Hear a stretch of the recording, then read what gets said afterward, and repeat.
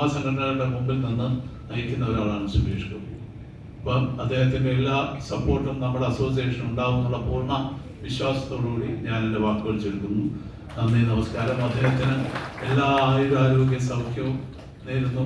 വീണ്ടും വീണ്ടും വലിയ ഉയരങ്ങളിലേക്ക് അദ്ദേഹം എത്തട്ടെ, സഞ്ചരിക്കട്ടെ എന്നുകൂടി ആത്മാർത്ഥമായിട്ട് പ്രാർത്ഥിച്ചുകൊണ്ട് നിർത്തുന്നു. നമസ്കാരം. അടുത്ത ഡിസ്ട്രിബ്യൂട്ടേഴ്സ് അസോസിയേഷന് വേണ്ടി പ്രസിഡന്റ് ശ്രീ ലിസൺ സ്റ്റീഫൻ.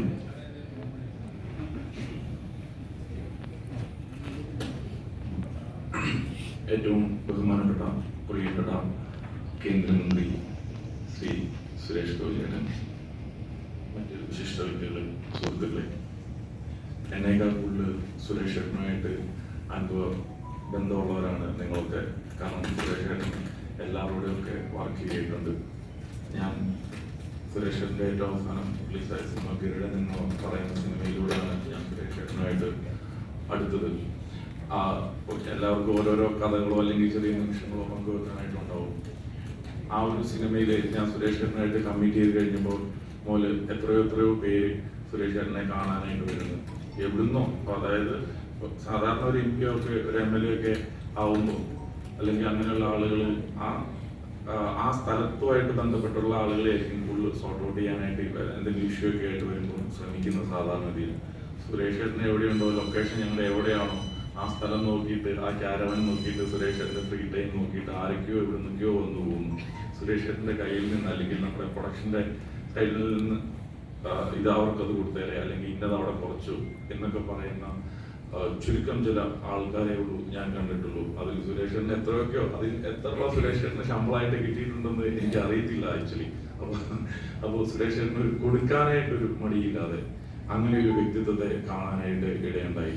അതുപോലെ തന്നെ ആ സിനിമയായിട്ട് പ്രൊമോഷനായിട്ട് നടക്കുമ്പോൾ നമ്മളൊക്കെ ഓർക്കും, ഇപ്പം ഞങ്ങൾ ദുബായിലൊക്കെ അതിൻ്റെ പ്രൊമോഷനായിട്ട് പോയി. അപ്പം ഓരോ വീടുകളിൽ പോകും, അല്ലെങ്കിൽ ഓരോ ആളുകളെ കാണും. അപ്പോൾ അവിടുന്ന് ഒരു അച്ചാർ കിട്ടിക്കഴിഞ്ഞാൽ, ഒരു കേക്കിന്റെ പീസ് കിട്ടിക്കഴിഞ്ഞാൽ അത് ഞങ്ങൾക്കുള്ളവർ, എൻ്റെ കൂടെ പോകുന്ന ആൾക്കാർക്ക് എല്ലാം കിട്ടിയെന്ന് ഉറപ്പുവരുത്തിയ ശേഷം ആണ് സുരേഷ് ചേട്ടൻ പോലും അത് എടുത്ത് കഴിക്കുന്നത്. ഞങ്ങൾക്ക് ഓരോ പാക്കറ്റ് എവിടെ ചെല്ലുമ്പോഴും സുരേഷ് ചേട്ടൻ്റെ എന്തെങ്കിലും കാണും.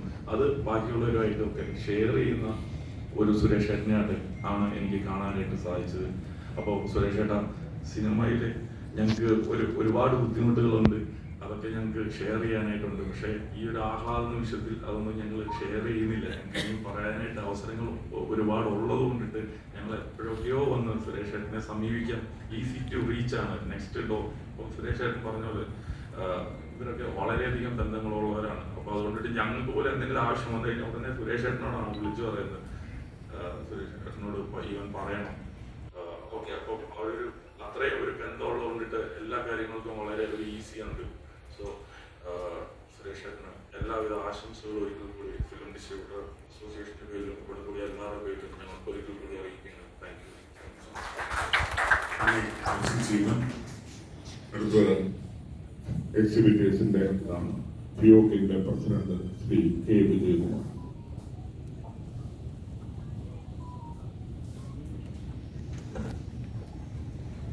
എല്ലാവർക്കും നമസ്കാരം. എൻ്റെ അറിവ് ശരിയാണെന്നുണ്ടെങ്കിൽ മലയാള സിനിമയിൽ നിന്നും ആദ്യം കേന്ദ്രമന്ത്രി പദത്തിലേക്ക് എത്തുന്ന വ്യക്തി ശ്രീ സുരേഷ് ഗോപിയാണെന്ന് സംശയമില്ല. ഞാൻ ട്രിവാൻഡ്രത്താണ് താമസമുണ്ടെങ്കിലും എനിക്ക് അദ്ദേഹവുമായിട്ട് വളരെ അടുത്ത് പരിചയമില്ല. പകരം അദ്ദേഹത്തിൻ്റെ മക്കളും എൻ്റെ മക്കളുമായിട്ടൊക്കെയാണ് പരിചയം. ഈ കൂടുതൽ നമ്മൾ ഒരൊറ്റ സെന്റൻസിൽ തന്നെ അദ്ദേഹത്തിൻ്റെ മഹത്വത്തെ പറ്റി നമ്മൾ മനസ്സിലാക്കുക.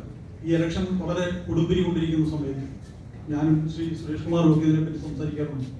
അപ്പം അദ്ദേഹത്തിനോട് ചോദിക്കാറുണ്ട് പലപ്പോഴും, വിജയകുമാറെ തൃശ്ശൂർ സുരേഷ് ഗോപി ജയിക്കുമല്ലോ, അപ്പം നമ്മൾ പറയുന്ന ജയിച്ചേക്കാൻ അങ്ങനെയാണ് ആ ട്രെൻഡ് പോകുന്നത് എന്നപ്പോൾ